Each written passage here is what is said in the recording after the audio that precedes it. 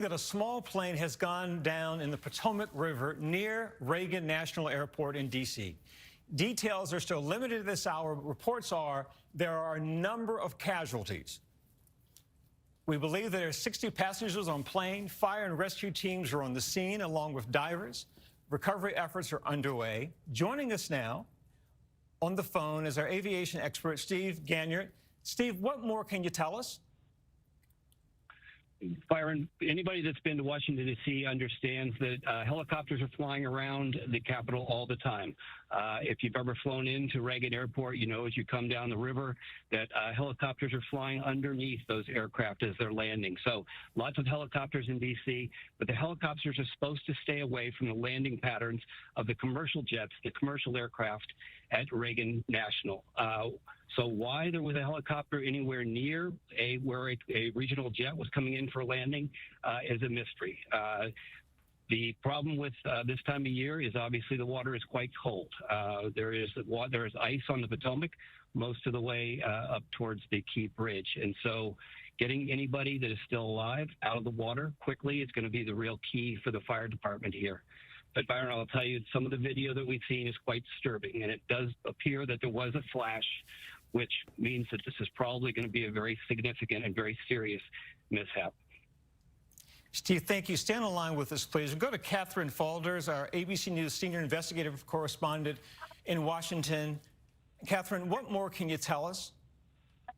Hey, Byron, I apologize. You can hear the announcements behind me here, but we're at DCA, the Washington airport here, right in the middle of the city. And just to put this in perspective, I fly out of this airport a lot.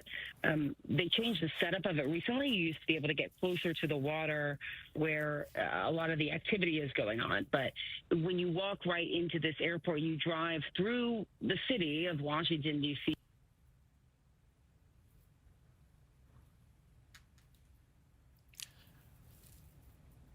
We just lost Catherine on the phone. Joining us now is Aaron Katersky, our investigative correspondent. Aaron, what more can you tell us? Do we have any information about, we've reported to this point that the plane went down in the Potomac River. Do we know what led to that?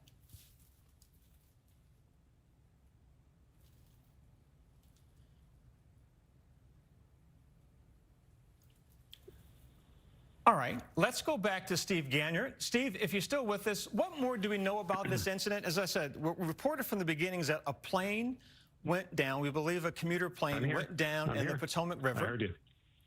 And I got you. Aaron, is that you? Byron, it's Aaron Katersky. There are going to be a number of suspected fatalities, as you might expect, tragically here. The authorities are still trying to get a handle on a specific number, but that we know there are rescue boats in the water.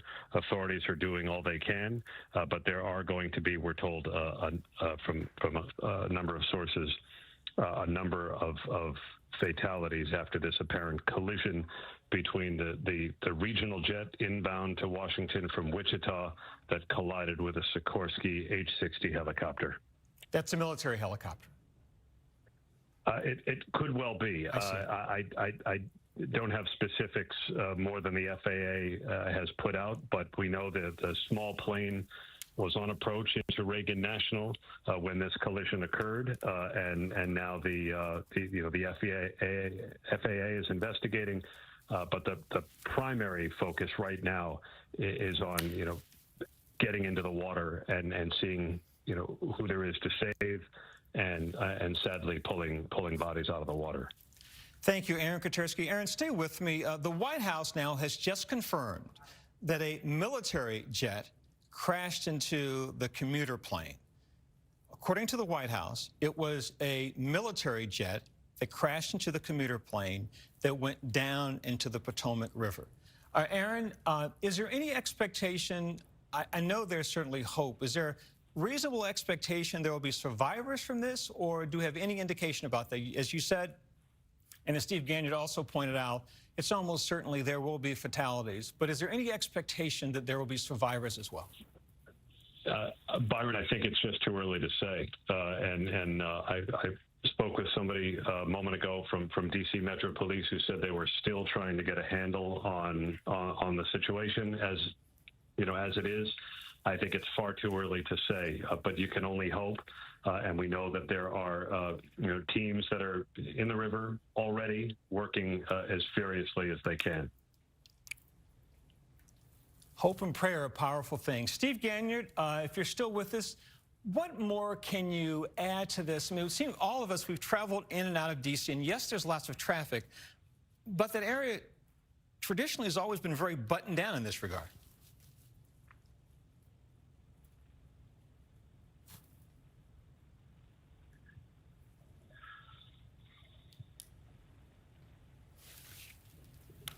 Okay, I'm not sure Steve is with us, but just to recap,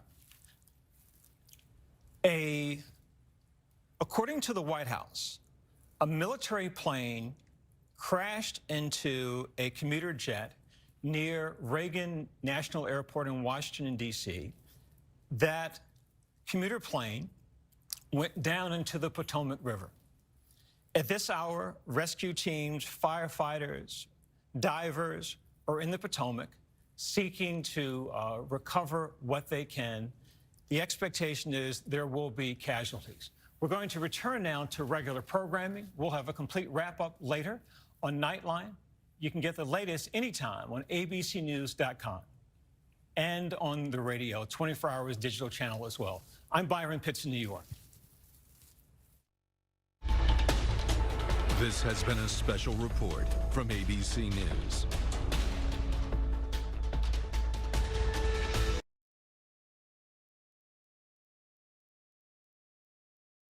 What more can you add to this? I mean, it seems all of us, we've traveled in and out of D.C., and yes, there's lots of traffic, but that area traditionally has always been very buttoned down in this regard.